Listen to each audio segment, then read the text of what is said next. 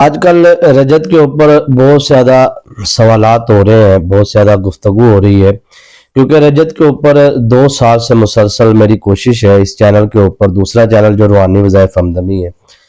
تو میں اکثر بات کرتا رہتا ہوں۔ اندر کی راز کی باتیں جب بتائی جاتی ہیں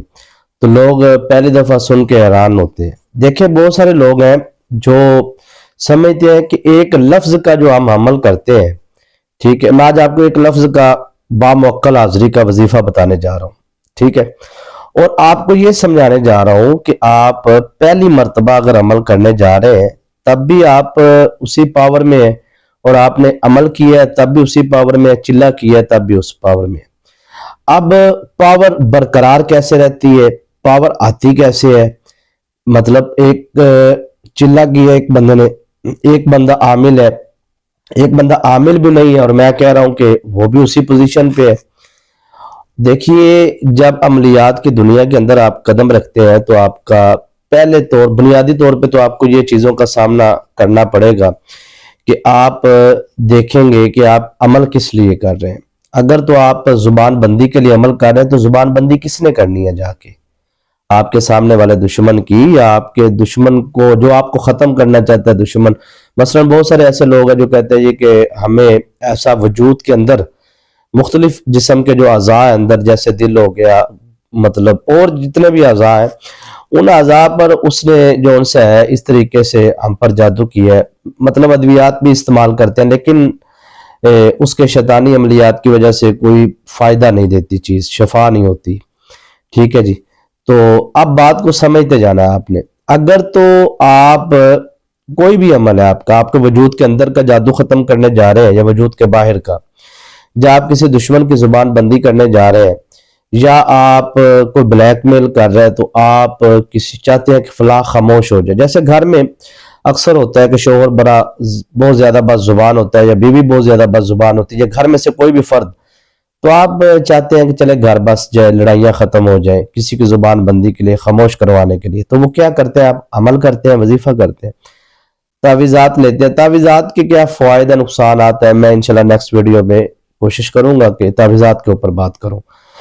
لیکن آپ عملیات کی دنیا کے اندر ہے تو آپ کو پہلی چیز تو یہ سمجھنی ہوگی کہ جب آپ عمل کرتے ہیں تو وہ کون سی چیز ہے جو سامنے والے دشمن کی آپ کی جا کے زبان بندی کرتی ہے، جو اس کے جو جتنے شیطانی خیالات ہوتے ہیں، پلاننگیں ہوتی ہیں، جتنے بھی اس کے منصوبہ جات ہوتے ہیں، ان کو کیسے، مطلب جو دشمن آپ کی نسل کو برباد کرنا چاہتا ہے، اس دشمن کے لیے آپ کوئی عمل کرنے جا رہے ہیں۔ ظاہری بات ہے، آپ کے بچے نیک تھے، تابع دار تھے، اسکول جاتے تھے، کالج جاتے تھے، یونیورسٹی جاتے تھے، اچھا پڑھتے تھے، اچھا کاروبار کرتے تھے، بیٹی کی اچھی جگہ شادی ہوتے ہوتے رہ گئی یہ ساری چیزیں اب آپ عمل کرتے ہیں۔ جب آپ عمل کرتے ہیں نا، دیکھیے، چاہے آپ کا کوئی بھی جادو کا معاملہ آپ کی زندگی میں نہیں ہے، ٹھیک ہے، مان لیا، تو جب بھی آپ عمل کرتے ہیں تو آپ نے زبان بندی کے لیے کس سے زبان بندی کروانی ہے، ٹھیک ہے نا؟ اور اگر شیطانی عملیات جادو کے ذریعے اگر کوئی دشمن آپ کو تنگ کر رہا ہے تو وہ آپ نے کون سی چیز ہے، کیونکہ اس عامل نے تو آپ پر باقاعدہ طور پر ایک شیطانی جنات کا پیرا بٹھایا پڑھائی کر کے، تو آپ ان کو اٹھانے جا رہے ہیں۔ سمجھ آ رہی ہے بات کی کہ نہیں؟ یہاں تک اگر آپ کو میری بات تقریباً سمجھ آ گئی ہوگی، نہیں آئی تو دوبارہ سن لیجیے پیچھے ریورس کر کے، ٹھیک ہے جی؟ تو آپ کو کچھ چیزوں کی سمجھ آ گئی ہوگی۔ میں نے سمندر کو کوزے میں بند کرنے کے مترادف گفتگو کی ہے، یعنی کہ کئی گھنٹوں پر مشتمل گفتگو کو میں نے 4-5 منٹ کے اندر سمیٹنے کی کوشش کی ہے۔ اب نتیجہ سمجھیے گا۔ اب اگر آپ کو بات سمجھ آ گئی ہے نا، تو اب نتیجہ آپ کو سمجھنے میں بہت زیادہ آسانی ہوگی۔ اب ایک طرف آپ عمل کرنے جا رہے ہیں اور آپ کے سامنے باقاعدہ طور پر ایک مطلب عامل ہے جس نے باقاعدہ طور پر ٹریننگ کی ہے، یا آپ کا دشمن ہے، اس کی زبان بندی کرنی ہے آپ نے،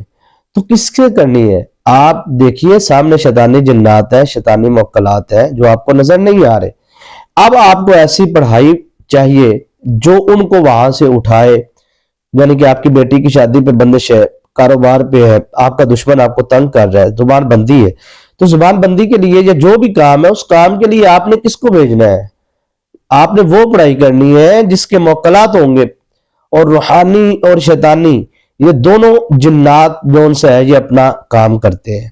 اب ہمیں نہ ادھر سے نظر آ رہے ہیں نہ ادھر سے نظر آ رہے ہیں۔ اب ہوتا یہاں پہ یہ ہے کہ جب ہم ایک لفظ کی قدر و قیمت کو نہیں جانتے نا، کہ ایک لفظ ہی تو ہے جی، پہلی دفعہ ہی تو عمل کر رہے ہیں، میں نے کون سا عمل کرنا ہے، مطلب ایک کچھ لوگوں کے ذہن میں یہ ہوتا ہے جی میں نے کون سا چلہ کرنا ہے، میں نے کون سا باقاعدہ طور پہ عملیات کرنا ہے۔ اچھا جو لوگ صبح علیحدہ وظیفہ کر رہے ہوتے ہیں، دوپہر کو علیحدہ، شام کو علیحدہ، جنوری کا علیحدہ، فروری کا علیحدہ، رجب کا علیحدہ، شعبان کا علیحدہ، رمضان کا علیحدہ، 17 رمضان ہے، 18 رمضان ہے، 19 رمضان ہے، یہ ٹھیک ہے، مطلب آپ لوگوں کو کسی حد تک تو چلو سمجھ آ گئی ہے نا جو میں باتیں سمجھانے کی، عقل مند کے لیے اشارہ کافی ہوتا ہے کہ آپ چاہے ایک دن کا عمل کریں، چاہے آپ 7 دن کا کریں، چاہے 11 دن کا کریں، جب تک آپ کو پتہ ہی نہیں ہوگا کہ اس عمل کی زکوٰۃ صغیرہ کیا ہے، اس عمل کی ایک تعداد مخصوص کیا ہے، اس عمل کی ٹائمنگ کیا ہے، اس عمل کو کتنے دن تک کریں گے تو اس کے موکلات کی حاضری شروع ہوگی نا۔ اب آپ عمل ایک ایک دن کا کرتے جائیں تو جبکہ عملیات کی دنیا کے اندر قانون یہی ہے کہ پہلے دن جب عمل کیا جاتا ہے تو عمل کے موکلات آتے ہیں، ٹھیک ہے نا، لیکن اب دوسری طرف جو شیطانی جنات، شیطانی موکلات جن کو آپ نے وہاں سے اٹھانا ہے، جو آپ کے گھر میں، آپ کی زندگی میں، آپ کے کام پہ بیٹھے ہیں، تو آپ نے ایک عمل کیا، ان کو اٹھا دیا، تو اب آپ نے اگلے دن عمل ہی نہیں کیا، تو پھر وہ کیا ہوگا، وہ واپس پلٹیں گے، جب واپس پلٹیں گے تو معاملات آپ کے، پھر آپ کو سمجھ آ جانی چاہیے وہ پھر آپ کے ساتھ کیا ہے۔ اس لیے لوگ کہتے ہیں کہ ہم ایک عمل کرنے کے بعد 10 مصیبتوں میں پھنس جاتے ہیں، یعنی کہ ایک فائدہ ہوتا ہے 10 آزمائشوں میں چلے جاتے ہیں۔ تو یہ اشارتاً میں نے آپ کو سمجھانے کی کوشش کی، اور یہ عمل جو میں آپ کو دینے جا رہا ہوں اس کے ماتحت یہ ایک لفظ ہے،